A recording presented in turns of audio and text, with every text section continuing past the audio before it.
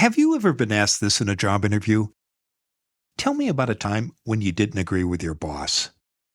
What would you say? This is what's called a behavioral interview question, and it's a common tactic. Employers use this kind of question to explore your fit for a job based on your past experience. It can be an easy question to answer if you have the right strategy. I show you how to answer these gotcha questions in our free Max List guide, 100 Behavioral Interview Questions You Need to Know. To get your copy, visit maxlist.org/questions. You'll also learn 4 simple steps for answering any behavioral interview question. Again, that's maxlist.org/questions. You can count on getting these questions in your next interview. Why not get the answers before you walk into the interview room? Go to maxlist.org/questions.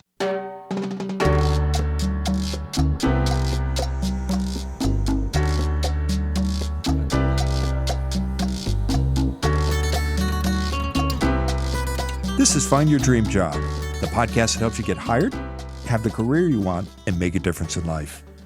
I'm your host, Mac Pritchard. I'm also the founder of Max List. It's a job board in the Pacific Northwest that helps you find a fulfilling career.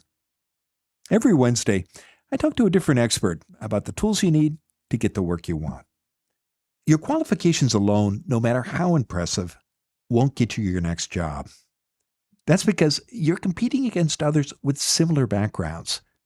So how can you stand out from your competitors? Charles McGee is here to talk about what you need to tell employers. He's the Director of Operations for Workplace Change.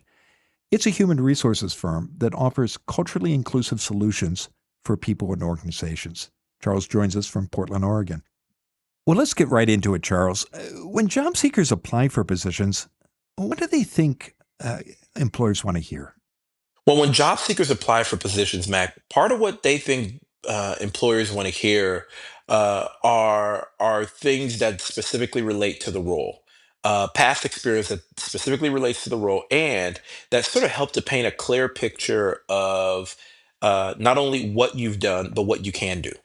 And is that an effective approach? I think it is. I think it is, especially if you make it quantifiable. Especially, think about a resume. I often tell people to think about resumes as a picture. And what you want to do is you want everything in the resume to sort of paint this clear picture that connects to something. So you are not only talking about what you've done in the past, but you're also talking about what you can do in the future. And so you want to ground it as much in quantifiable, specific past experiences that allow the employer to see a clear and evident picture of what you can do if employed, if hired. What stops applicants from painting that picture, especially in their resume, but also in their interviews, Charles? Often, Mac, I think with women and people of color, they're afraid to oftentimes sort of flex their shoulders and talk about their good works, and to talk, and they often feel like it's braggadocious, or sometimes some of this stuff is highly cultural, and not wanting to seem like you're taking the limelight from the team. But often, I tell people that you've got to sort of show and paint this clear picture, or else no one's going to know what you're capable of. And in your experience, are people's competitors painting that complete picture? Is that what you're competing against? Yeah, I think some folks will come in and they will paint an absolutely clear picture of what they've done and how they've done it and what they hope to do next. And so often when we're having these conversations with with applicants, it's really encouraging them to not be afraid to use the words on the paper of the resume to paint a clear enough picture of their capacity. A lot of applicants, when meeting with a hiring manager, will talk about their enthusiasm or their excitement for a role. Is that enough to stand out? And if so, why not? I don't think it often is just to talk about your excitement, enthusiasm for the role. And that is everyone is going to do it, right? No one's going to apply for a job and talk about why they shouldn't be hired or what's wrong with the company. And so really focusing on tangible, measurable, quantifiable skills and outputs that you've achieved in a role, and painting this clear picture of what using that to paint a clear picture of what you can do if hired really excites employers because it gives them the opportunity to see you in their company. I want to talk more about describing your results and your accomplishments. But before we get there, Charles, another thing that applicants often do when meeting with interviewers is they talk about what they want in their careers and how the job might help them accomplish that. But why do employers want to hear more than that? I think employers want to hear a lot more than what's in it for you. They want to hear what's in it for them as well. How are you going to solve? What issues are you going to solve if hired? How are you going to help to inspire and be part of their teams? Considering the conflict in the workplace now, considering the workplace is reflective of our complex modern society. Employers want to know what type of employer you're going to be, what type of teammate are you going to be. And so painting a picture that not only says you can achieve and accomplish the role, but also that you're going to be not a team player, but a positive contributing member of the team, that sort of helps to get this to the organization to a better place. Well, let's talk about how to paint that picture. One of the first steps you say job seekers need to share with employers is, and you touched on this a moment ago, is talk about what you did and the deliverables you produced in your previous positions. Why is it so important to talk about results when you're meeting with an employer? It's important because at the end of the day, that's really all we all have is sort of the good works that we do. And so if you can paint a clear picture, clear and salient picture of what you've done and use that to give the employer in the hiring panel the opportunity to sort of see you in the job, see you delivering. It allows for everyone to sort of be able to get excited about the opportunities that lie ahead. What kind of results are going to matter most to employers when you're in a job interview? It's like all of us, right? I often tell people, put yourself in the shoes of the employer. So, what are you going to want to hear? You're going to want to hear that the person was committed to the mission and the work of the organization. That the person was able to use their role as sort of a place to grow the organization, grow the work. That not only did you do your job, but that also you were a good and productive team member. And so, talking to those things and almost using the and the interview process as a way to highlight and show who you are. Because again, it's not only about what you're going to do or what you've done in the past, rather, but it's also about what you're going to do in the future. In the end, what matters most to an interviewer when meeting with an applicant? Is it results or responsibilities of past jobs? I think it's a little of both, but with results taking a larger end of that. Because again, you want to use the results to paint a clear picture of what you will do in the future. We've talked a lot about results. Uh, Say more, Charles, about the importance of explaining the difference that you've made in past roles. Mac, often when workplace change is hired, because we're a woman-owned, minority-owned firm, often people are hiring us because they want us to have an applicant process that's welcoming to all populations. And so the reality that we all have, and sort of the reality of the moment, is that we've got to talk and focus on the things that we've done, the things that on a reference check call an employer can mention, a previous employer can mention, because that allows for the hiring panel, that allows for the hiring manager to be able to see that you can come in and you can do the job. The last thing you want to ever do when you're hiring someone is think about how what sort of disruptions they may cause to your workforce, what sort of issues they may cause. So what you want to do is you want to be able to paint a clear enough picture of both not only the sort of employee and the outcomes you're going to be able to produce, but a sort of team member and how you're going to help to further the mission of the organization. Terrific. We're going to take a break. Stay with us. When we come back, Charles McGee will continue to share his advice on what you need to tell employers.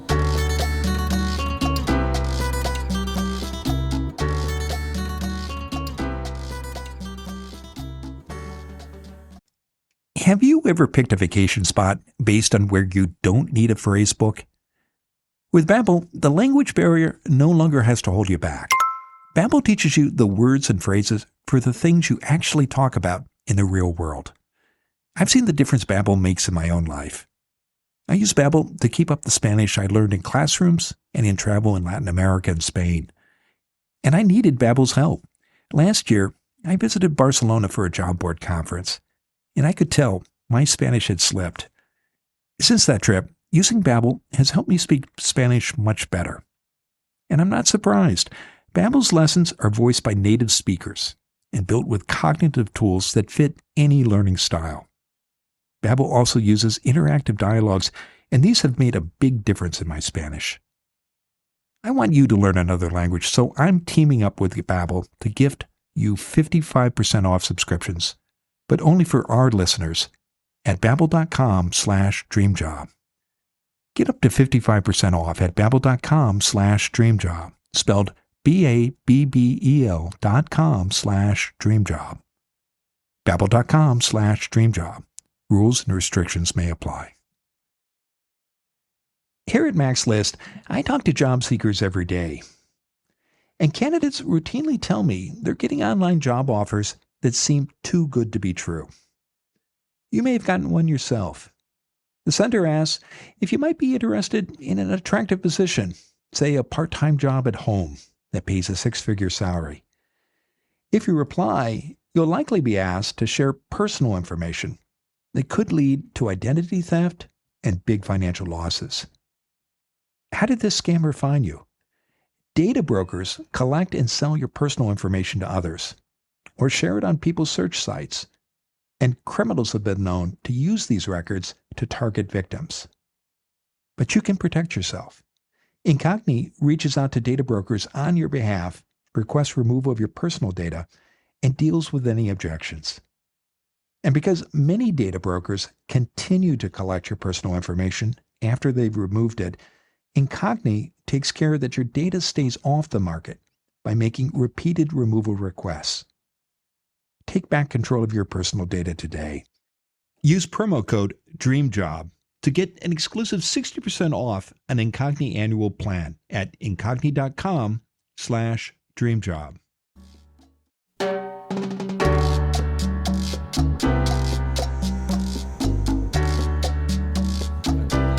We're back in the Max List studio. I'm talking with Charles McGee. He's the Director of Operations for Workplace Change. It's a human resources firm that offers culturally inclusive solutions for people and organizations. Charles joins us from Portland, Oregon. Now, Charles, before the break, we were talking about what you need to tell employers. And you have a number of points that you look for as a recruiter when you're talking to candidates. We talked about several of them in the first segment. Another key point you keep an eye out for are applicants who describe what they learned in previous jobs. Why do recruiters like you care about this? Well, we care because it speaks to not only thoughtfulness, but it speaks to the ability to apply lessons. The workplace. Yes, when you go to work, the goal is to work toward the mission or whatever the business services are. But it's also thinking about culture, the culture of the workplace, and thinking about not only the works that you can do, but also how you do the work. Because again, part of the beauty of work of hiring a firm like Workplace Change is not only do we do recruitment, so we also do technical HR work. And so we don't want to encourage people to hire people that are going to be problematic for the team or the overall health of the organization. And so we want people who can paint a clear picture of what they can do, the positive contributions they can make, but also the context that they do it in. Because again, employers more and more are not just they are not just looking for the shining star. They also want the shining star who can be a positive contributing member of the team. Learning involves taking risks, and often when we take risks, we make mistakes or perhaps things don't work out the way that we thought they might. How do you talk about your learning experiences without making those mistakes sound like failures? It's about being honest, and about also being human. The reality is, increasingly, we live in a world where it's sometimes tough to be the person who stands up and says, I haven't been perfect, and here's the mistake that I made. But we also know that people who are able to apply the lessons learned from often hard situations are more effective because they're resilient. They're we know that those are others, the skills that having that level of introspection demonstrate are also skills that are extremely wonderful to have in a coworker, in an employee. And so those are all things that are transferable. We want to work with people who are lifelong learners. Who likes the person, or who wants to hang out with the friend who always has sort of a down sentiment? Few of us do. So we encourage applicants to not only be able to be reflective and introspective, but also be able to turn the page and talk about how those lessons make you a better employee and a better, more productive person. How do you do that? What have you seen work well when you've interviewed applicants or reviewed applications from people who have made mistakes and talked about the lessons that they learned from them? It's having the ability, to not only say, sort of, here was the tough lesson, but here's how I applied that lesson. Being able to talk about, like, one of had an interview recently with someone who was applying for a pretty big job at a local governmental agency, and then being able to say, when I first started as a manager, there was a budgeting process that I didn't do well. I had all the budget advisor folks upset at me because I wasn't communicating. I didn't understand this, and here's how I applied the lesson. The next year, I was able to have a much more inclusive process where I engaged people year round in it, and I talk to more people.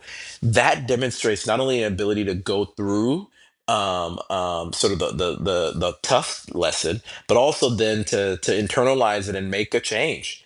Because we know that no one's perfect. No one's going to be 100% all the time. So what we want to do is we want to hire people. We want to encourage applicants to be able to be introspective and reflective, but also talk about how that instance makes you a better employee, and be okay with that, because everyone knows that we're not perfect.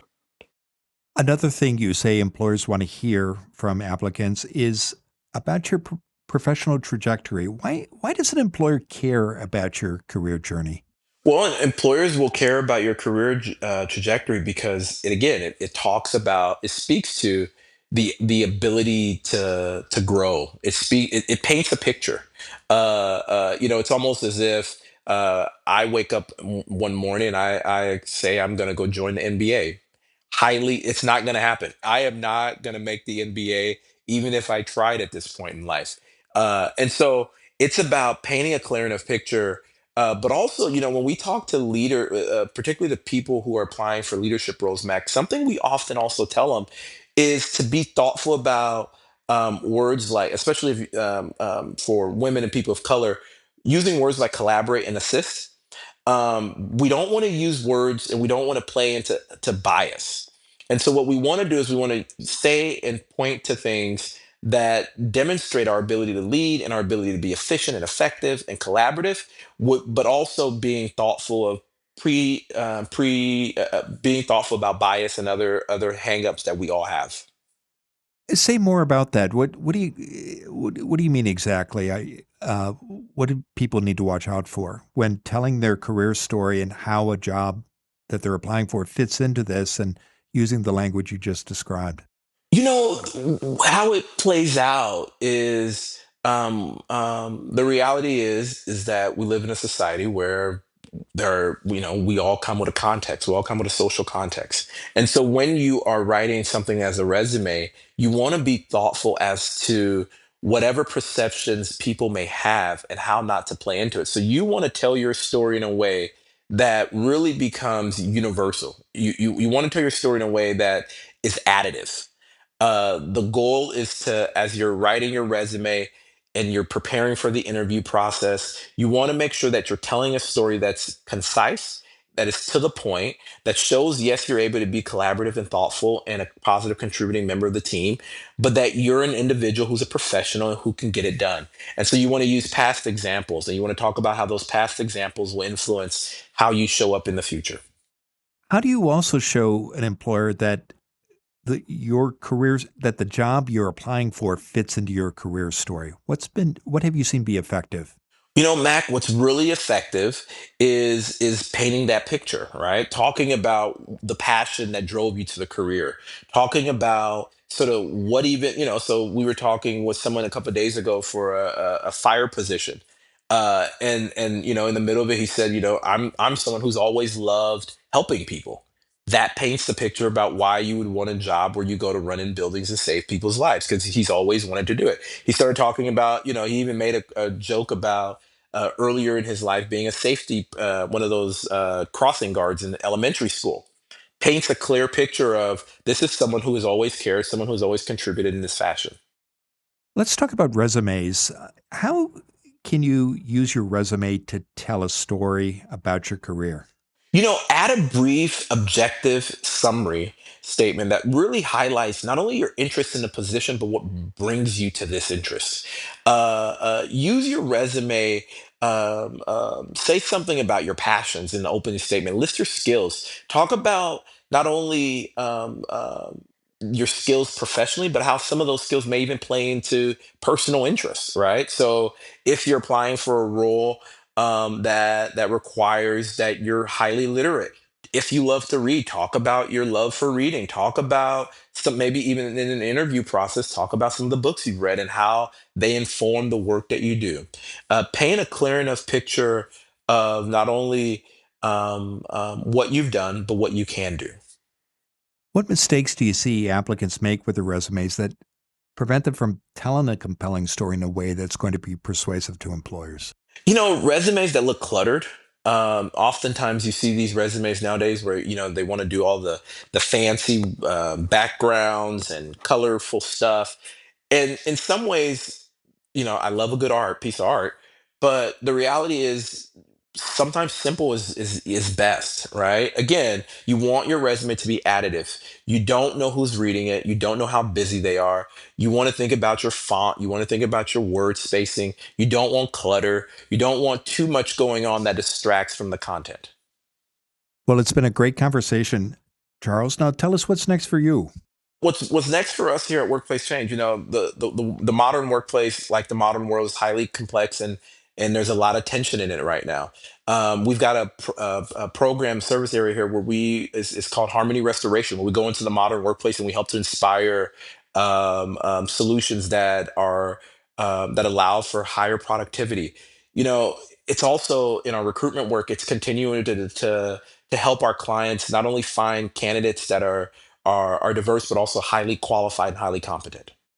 Well, I know listeners can learn more about you and your work at Workplace Change by visiting your website, workplacechanges.com, and that you also invite listeners to connect with you on LinkedIn. And when you do reach out to Charles, I hope you'll mention you heard him on Find Your Dream Job.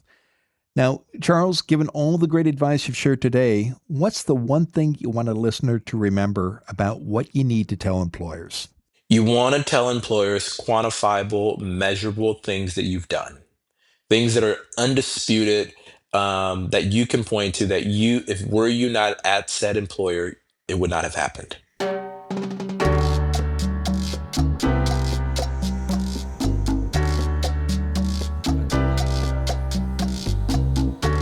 Next week, our guest will be Tanya Maldonado. She's a career specialist at Portland Community College. For more than 25 years, Tanya has helped adult learners understand and map out the steps to achieve a satisfying career. When you meet a hiring manager, you need to answer the questions you're asked. But if you want to get the job, you can't let the employer run the conversation.